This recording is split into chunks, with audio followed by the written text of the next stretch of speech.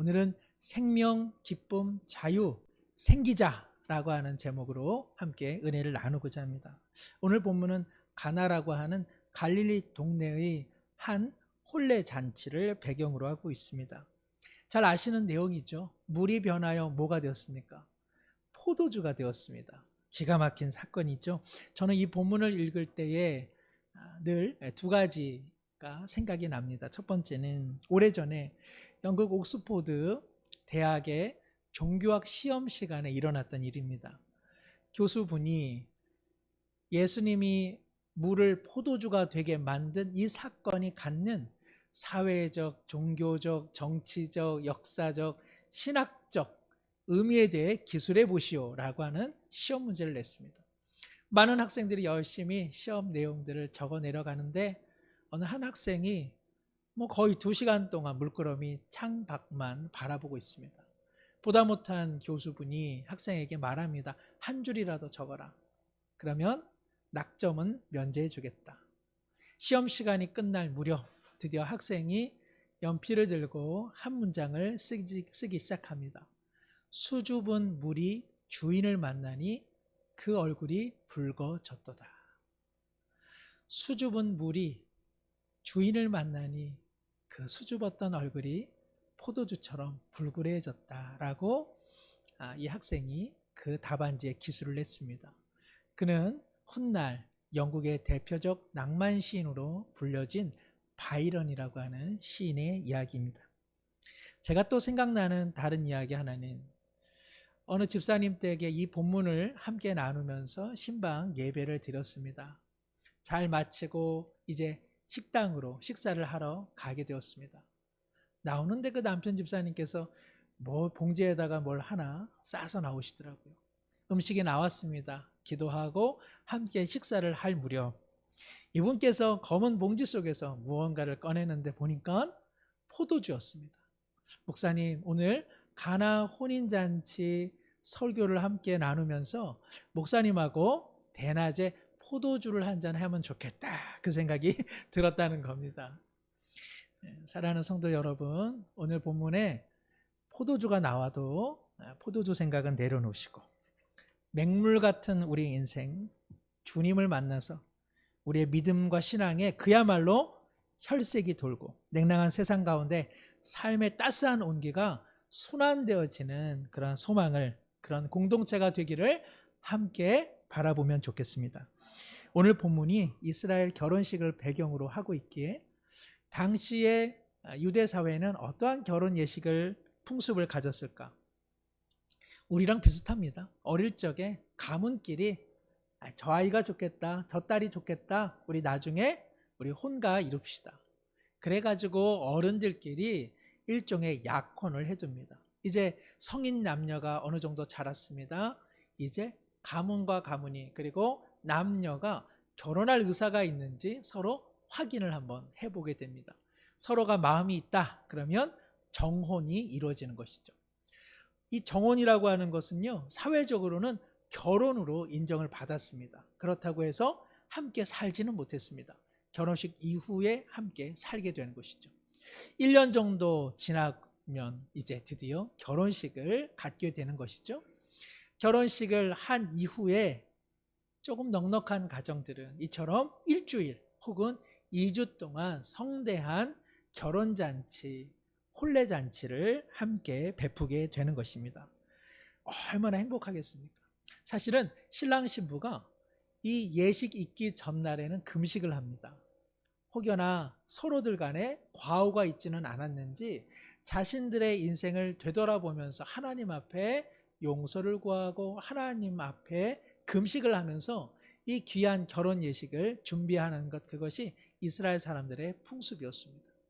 얼마나 부담이 되고 얼마나 짐이 되었겠어요. 얼마나 배가 고팠겠어요. 우리도 아마 결혼식 했을 때 뭐가 기억 남으세요? 정신 없었다는 거, 그거 하나 외에는 뭐가 기억에 남습니까? 자, 그렇게 정신을 잃어버린 채로 결혼 예식이 끝나고 일주일 동안, 2주 동안 성대한 결혼잔치가 벌어지니까 신랑, 신부, 양가의 어른들, 그리고 동네 사람들 모두 다 흔쾌함에 빠지게 되는 것입니다.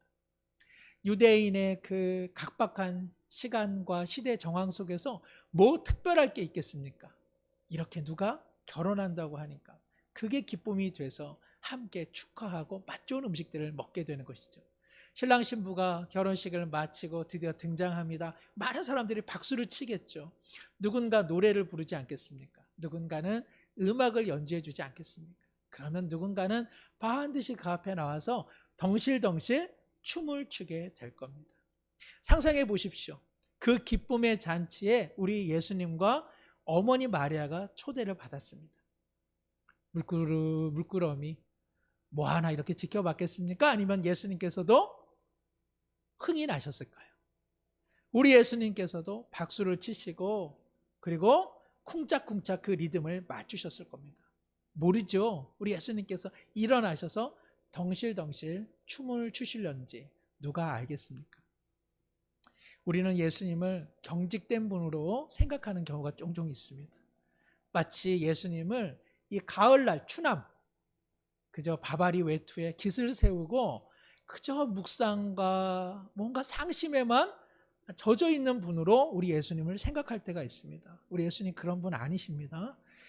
역동적이신 분이고 정열적이신 분이시고 웃을 때 함께 크게 웃으시는 분, 누가 슬퍼할 때 함께 크게 울으시는 분, 살아있는 분입니다. 예수님께서 첫 기적을, 첫 표적을 어디서 행하셨습니까? 누구를 먼저 살리는 일로 기적을 베푸셨습니까? 바다 위를 걸으셨습니까? 광풍과 바다를 잠잠하게 하는 일이 예수님의 첫 기적이었습니까? 아닙니다. 예수님 첫 기적은요, 놀랍게도 이 가나 혼례 잔치에서 일어났습니다. 왜 예수님께서는 하나님의 나라, 자신이 가져왔고 그리고 자신이 이루실 하나님의 나라의 신호탄을 쏘아 올리는 그 사건의 장소로 왜 결혼식장, 결혼잔치를 하나님께서는 취하셨을까요? 예수님께서는. 여기에는 분명한 의도가 있습니다. 예수님께서 가져오신 구원의 나라, 우리가 가게 될 하나님의 나라는 이처럼 들썩들썩 흔쾌함과 기쁨과 생명과 자유가 넘실대는 잔치집이라는 사실입니다. 우리 사랑하는 성도님들, 이것을 꼭 기억하시길 바랍니다.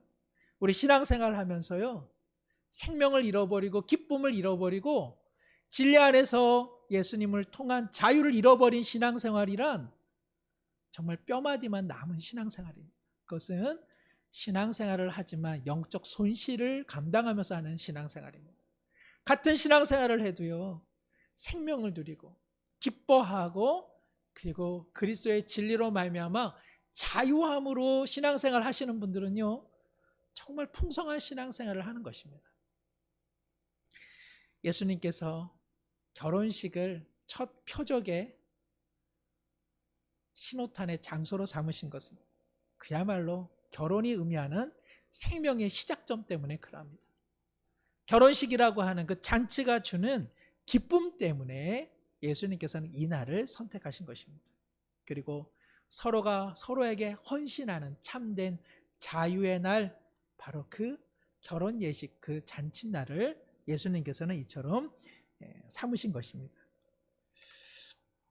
그런데요, 아무리 주님 안에서 잔치와 그리고 경축과 축제가 있다 할지라도 때때로 우리의 삶에 그 기쁨을 잃어버린 때가 참 많죠. 우리가 잔치와 그리고 또 이러한 축제가 참 즐거운 것이지만 우리의 삶이라고 하는 것이 늘 여기에만 집중되기가 쉽지가 않습니다. 코로나19로 인해서 사실은 이전에 준비되었던 지방의 그 수많은 축제, 인삼축제, 나비축제 얼마나 많습니까? 그 축제들이 다 중단되었죠. 우리의 일상의 소소한 잔치들도 손님들을 모시지 못해 외로운 마음으로 보낸 경우도 참 많이 있습니다. 그러나 코로나19가 완화된다 하여 우리의 삶이 금세 축제와 잔치로 전환되는 것은 아닙니다. 그러나 사랑하는 성도 여러분, 세상이 주는 축제와 잔치는 때때로는 다 허무하지만 예수 그리스도 안에서 누리는 생명과 기쁨과 자유는 굳이 잔치를 벌이지 않아도, 굳이 축제를 벌이지 않아도 우리의 심령 깊은 곳에서 날마다 솟아나는 줄로 믿습니다. 우리가 이것을 정말 누리기 원합니다. 우리 교회가 설립 49주년 맞이했고 내년에는 50주년을 맞이합니다. 요란한 행사가 중요한 것 아니라 우리 마음 가운데 술과 고기가 아니라 우리의 마음 가운데 은과 금이 아니라 예수 그리스도 안에서 주신 생명과 기쁨과 자유만 누린다 해도 우리의 나날은 언제나 축복인 줄로 믿습니다. 그런데요, 오늘 이 가나의 혼례 잔치에 이 생명과 기쁨과 자유가 실종되는 예기치 않은 사건이 일어납니다. 이를 성경은 이렇게 표현합니다. 3절에 포도주가 어떻게 되었다? 떨어졌다. 포도주가 바닥났다. 포도주가 빈 바닥을 보였다는 뜻입니다. 포도주는 이스라엘 사람들이 참 좋아하죠. 좋아한다고 해서 아무나 그렇게 쉽사리 먹을 수 있는 음료는 아니었습니다.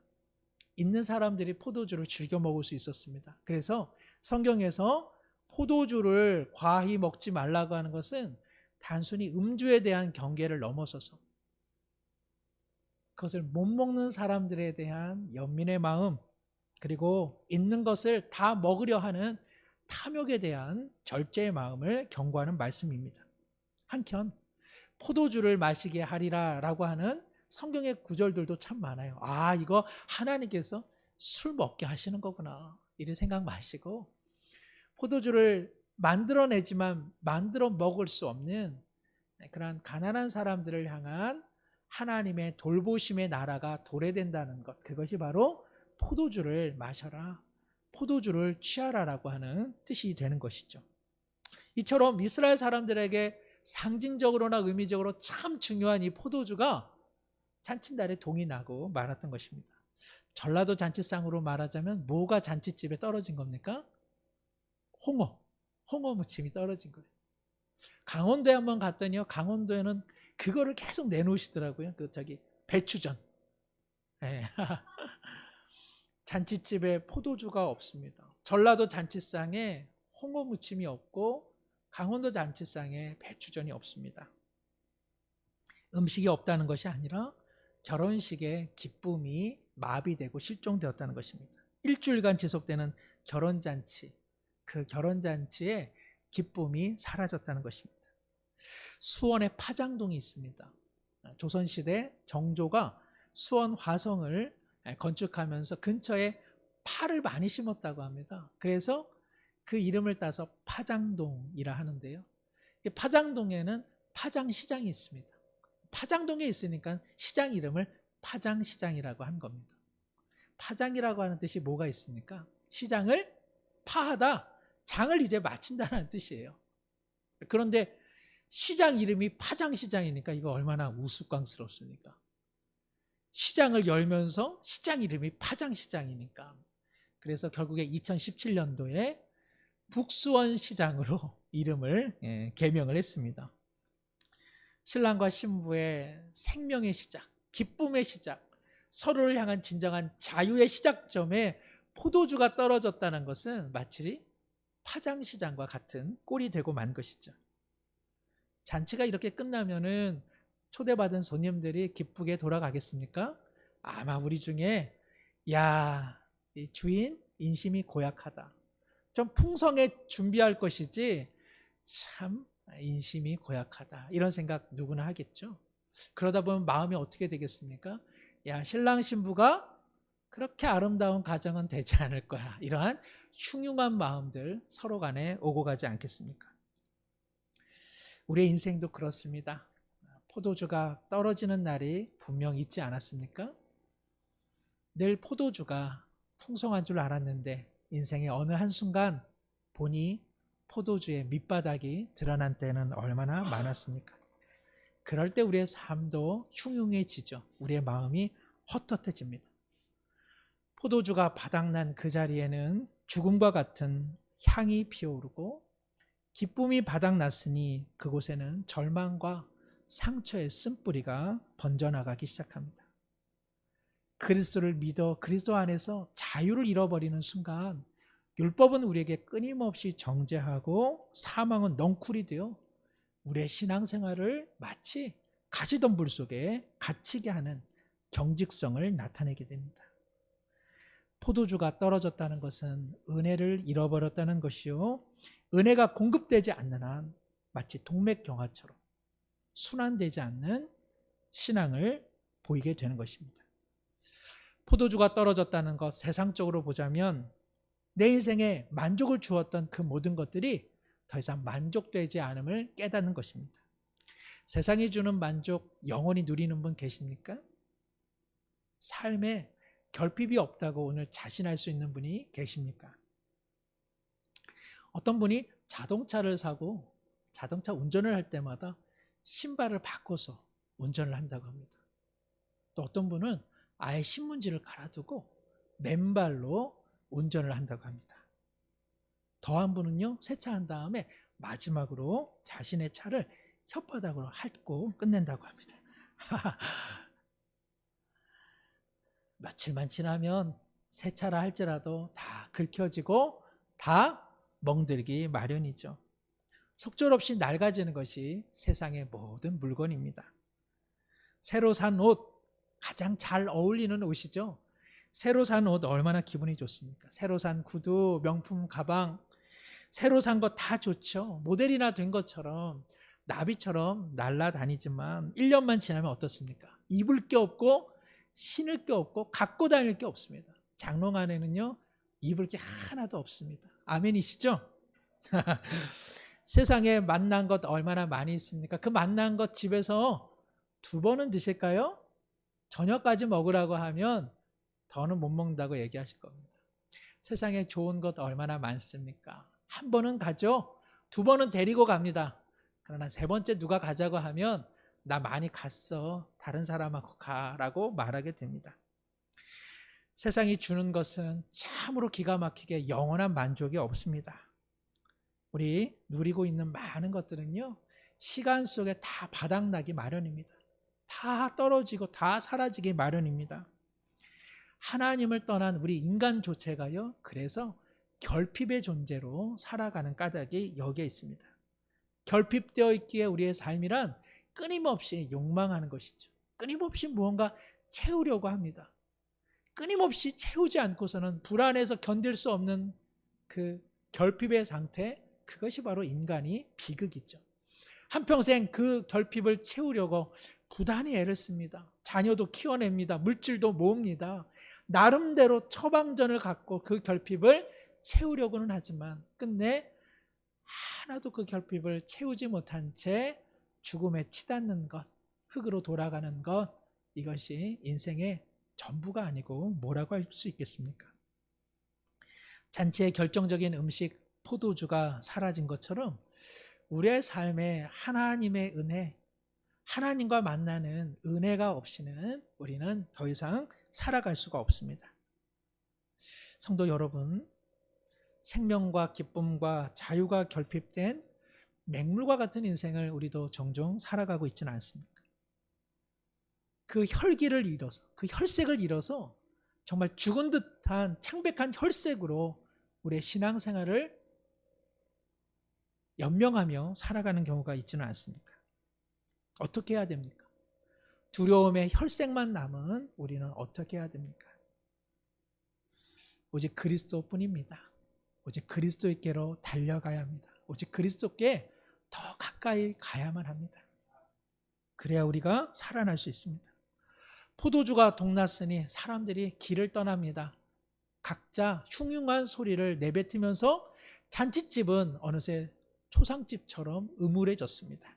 그런데요, 포도주가 동난 그 흉흉한 잔칫집에 아직 누가 계십니까? 그리스도 예수께서 계십니다. 우리 예수님께서 아직 그 잔칫집을 닫지 않으셨습니다. 그 마음을 알고 또 이 혼인집에 딱한 사정을 아는 이 어머니 마리아가 예수님에게 해결을 기대해 보았습니다.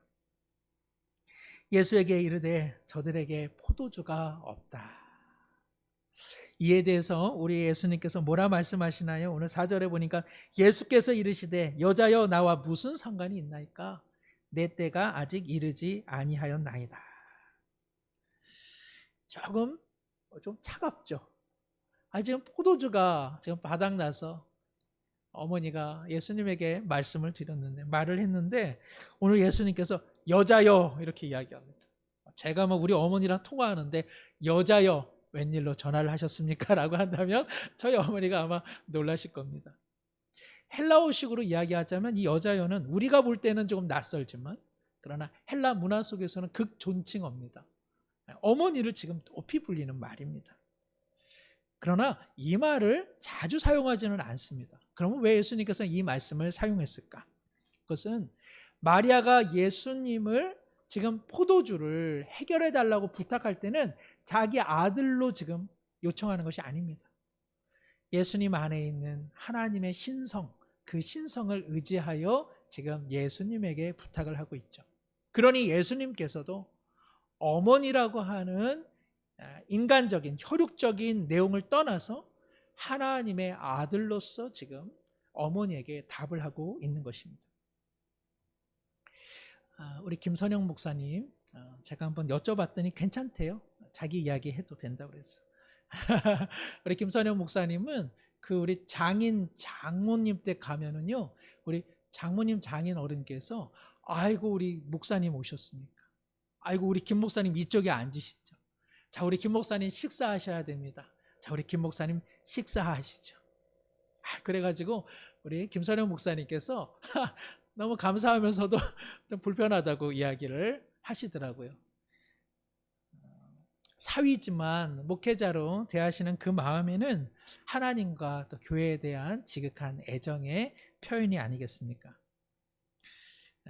저희 장모님은 어떠시냐? 저희 장모님은 그렇게 안 하십니다. 그래서 저는 거실에서도 두 발 뻗고 누울 수가 있습니다. 얼마나 좋은지 모르겠습니다. 여기 때가 되지 않았다라고 하는 것은 예수님께서는 임의로 일하지 않는다는 뜻입니다. 예수님은 하나님의 아들로서 언제든지 하나님의 뜻에 순종하여 보냄받은 자로서 그 역할을 감당하겠다라고 하는 자기 의지의 표명을 지금 어머니에게 말씀하고 있는 것입니다.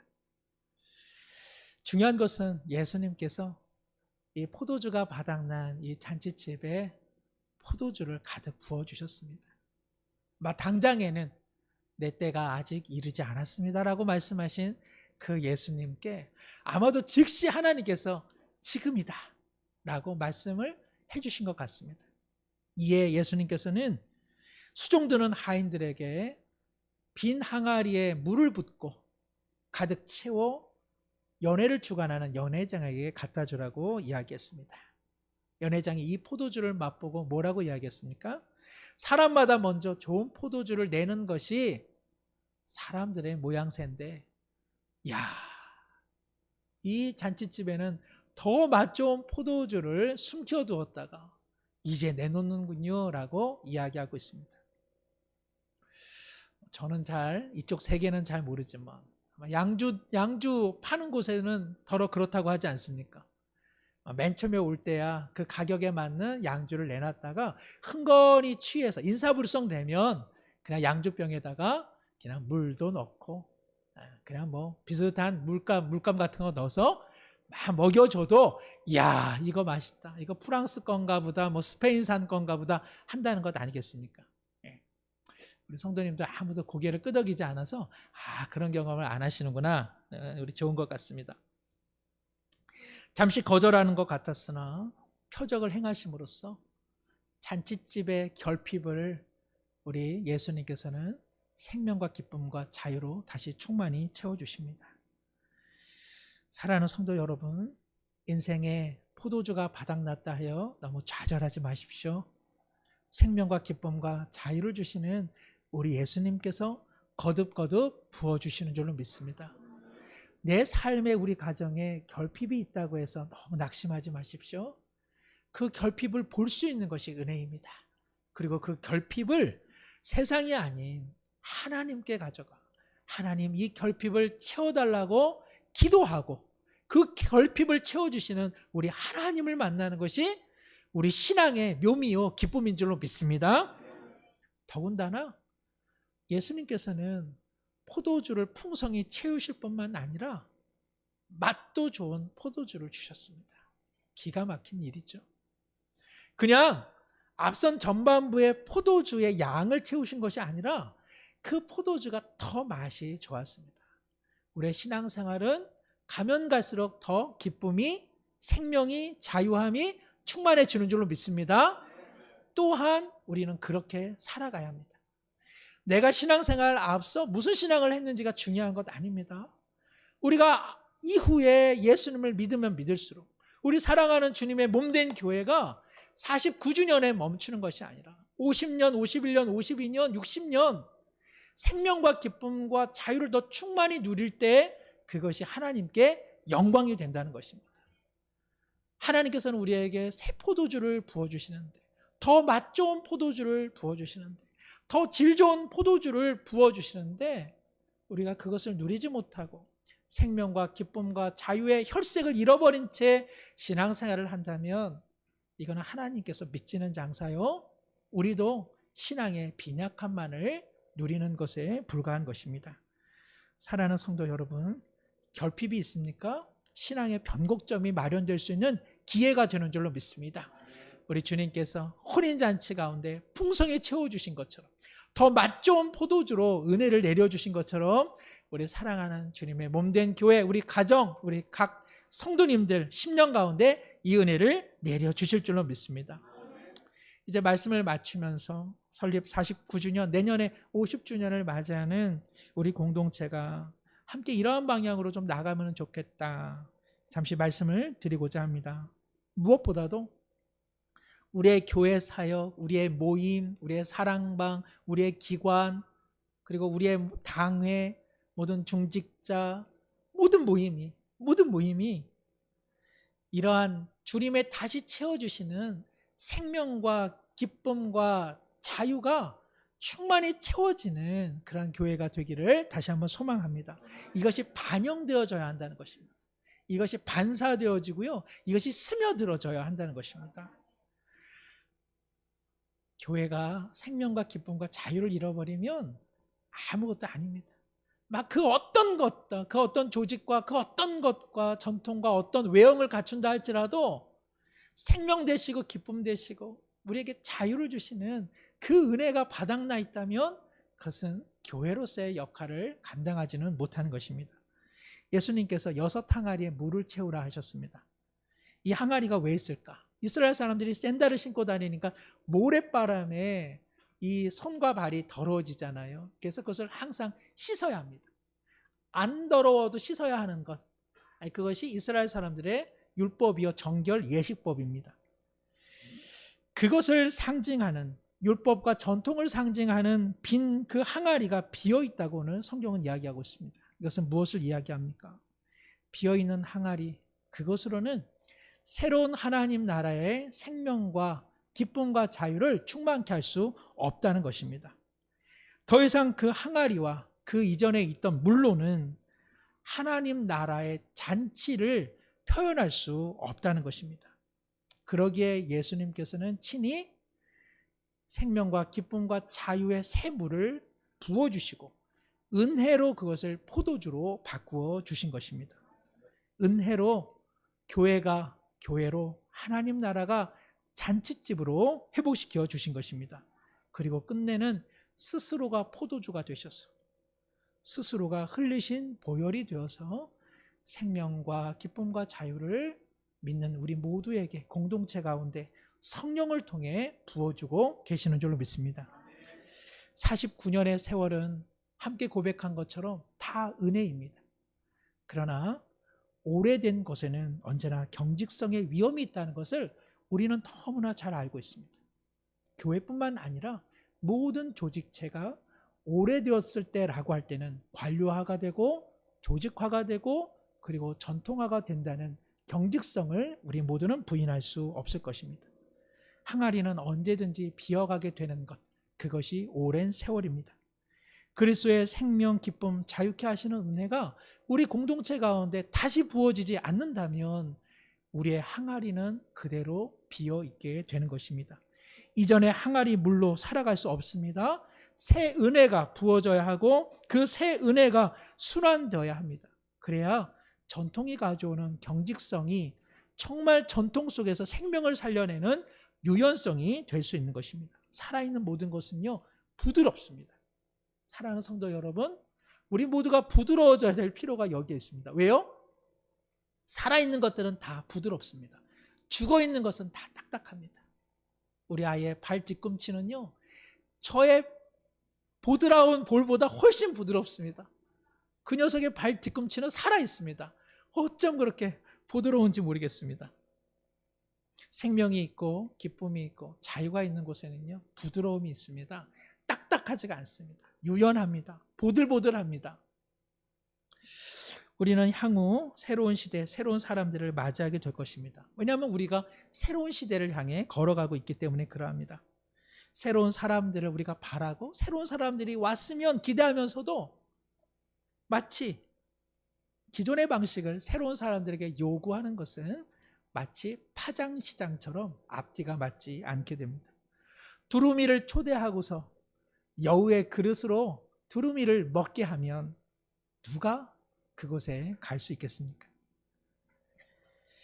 한국 교회는요, 구약의 율법을 잘못 오인해서, 구약의 전통을 잘못 오인해서 좀 그렇게 하는 것이 교회의 거룩성이라고 하는 오해를 해왔습니다. 그래서 교회는 어느 순간에 경직되고 엄숙함이 넘쳐나기 시작했습니다.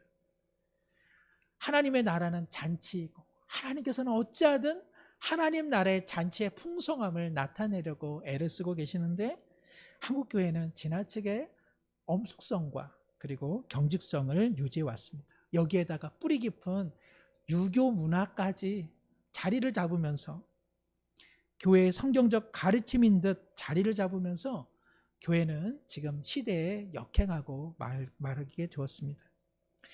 모든 교회가, 한국 교회가 부흥하기를 원하고 새로운 시대에 새롭게 변화되기를 원하지만 자유민주주의 사회 속에서 어찌 보면 가장 자유가 없어 보이는 곳, 그것이 또한 한국 교회의 현실이기도 합니다. 한국 교회는 이 문제를 어제 며칠 내에 이것을 발견한 것이 아닙니다. 이미 30-40년 전부터 한국 교회의 고질적 문제에 그토록 많이 토론하고 그토록 많이 논의하고 그토록 많이 기도하면서 답을 알고 있지만, 그러나 교회가 이를 실천해 오지 않았습니다. 우리 교회가 정말 코로나19로 촉발된 이 시대적 전환 속에 마치 한 종이의 반페이지처럼 저희 교회도 50년이라고 하는 새로운 변곡점을 맞이하게 되었습니다. 시대가 오래됐다면, 시간이 오래됐다면 포도주가 떨어져 가고 항아리가 비어 있을 수 있다는 것을 우리는 고백하게 됩니다. 그러니 실망할 것은 아닙니다. 왜냐하면 주님께서는 언제든 새롭게 하시는 생명과 기쁨의 은총의 포도주를 내려주시기 때문에 그러합니다. 단순히 기도만 할 것이 아니라 실천이 필요합니다. 생명과 기쁨과 자유가 우리 교회 가운데 반영되도록 구조를 바꾸는 일들이 필요하다는 것입니다. 마리아는 예수님에게 요청했습니다. 그리고 하인들은 예수님의 말씀의 행동을 통해 그들은 철저히 순종했습니다. 마리아나 하인들이나 예수님의 뜻을 다 알지 못했습니다. 그럼에도 불구하고 그들이 자기 생각, 자기 주장, 자기 전통과 형식을 내려놓고 기꺼이 예수님의 부름에 응답할 수 있었던 까닭은 무엇일까요? 그것은 단 하나입니다. 이 음울해지는 혼인잔치집이 다시 하나님 나라의 잔치집으로 변화되기만을 소망했던 그 한마음 때문에 그들은 모든 것을 내려놓고 예수님의 말씀에 전적으로 순종했습니다. 사랑하는 성도 여러분, 이 마음이 중요합니다. 다 모르지만, 다 이해할 수 없지만 다시 교회가, 다시 공동체가, 다시 우리 가정과 우리 개인이 다시 한번 생명과 기쁨과 자유로 약동하기를 소망하는 그 한마음에 일치가 되면 다른 모든 것들은 다 사변적입니다. 다른 모든 것들은 다 중요하지 않습니다. 주님께서 우리 가운데 주실 은혜가 바로 이 은혜이기 때문입니다. 사랑하는 우리 교회가 화려한 교회가 될 필요도 없고 유명한 교회가 될 필요도 없습니다. 그러나 49년이 주는 그 생명의 의미가 드러나길 원합니다. 49년이 주는 그 생명이 약동하기 원합니다. 그래서 우리 교회가 세상의 어떤 것처럼 오래되어지고 낡아질 수는 없습니다. 하나님의 은총으로 우리 교회가 새로운 시대에 새로운 변화를 향해 새로운 순종과 새로운 구조의 틀이 마련되어서 진실로 50년의 새로운 페이지를 기록해 가실 주님의 손에 붙들린 교회가 되기를 다시 한번 소망합니다. 우리의 인생도 인생의 전반보다 후반부가 더 맛 좋은 은총의 포도주로 달고 맛있어지는 그러한 인생이, 그러한 가정이 될 줄로 믿습니다. 기도하겠습니다. 하나님 아버지, 맹물처럼 멈춰버린 인생들이 주님을 만날 때 생명과 기쁨과 자유의 혈색이 돌았듯이 우리에게도, 우리 가정에도, 우리 공동체에도 그와 같은 은혜를 주옵소서. 삶의 결핍과 비어있음 속에 이전보다 더 나은 것으로 채워주실 하나님을 의지하게 하여 주옵소서. 설립 49주년인 우리 교회와 성도 그리고 모든 가정과 개인 가운데 생명과 기쁨과 자유의 그 나라를 사모하게 하여 주시고 그 나라 백성답게 살아가는 순종의 공동체가 되게 하여 주옵소서. 예수님의 이름으로 기도드립니다. 아멘.